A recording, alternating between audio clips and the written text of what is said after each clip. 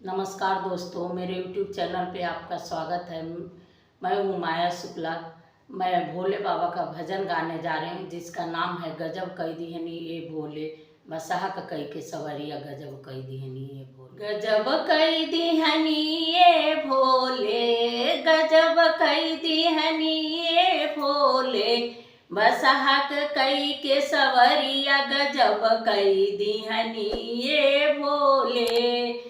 मथवा पर जटवा में बहेला गंगा जी का धारावा, जटवा में बहेला गंगा जी का धारावा, मथवा पर चदवा के बिंदिया गजब कई दियानी ये भोले, मथवा पर चाँद के बिंदिया गजब कई दिहनी ये भोले, गजब कई दिहनी ये भोले, बसहा कई के सवरिया गजब कई दिहनी ये भोले।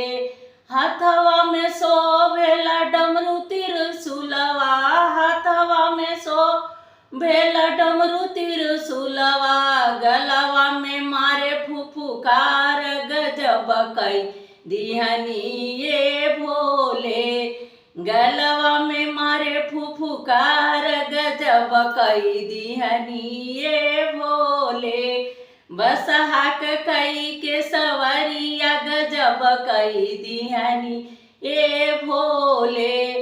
अंगवा में शोभेला मृगवा के छलवा, अंगवा में शोभेला बाघ बघम्बर, संगवा में शोभे गौरा मैया गजब कई दिहनी ये भोले, संगवा में शोभे गौरा मैया गजब कई दिहनी ये भोले, बसहा कई के सवरिया गजब कई दिहनी ये भोले, बसहा कई के सवरिया गजब कई दिहनी ये भोले।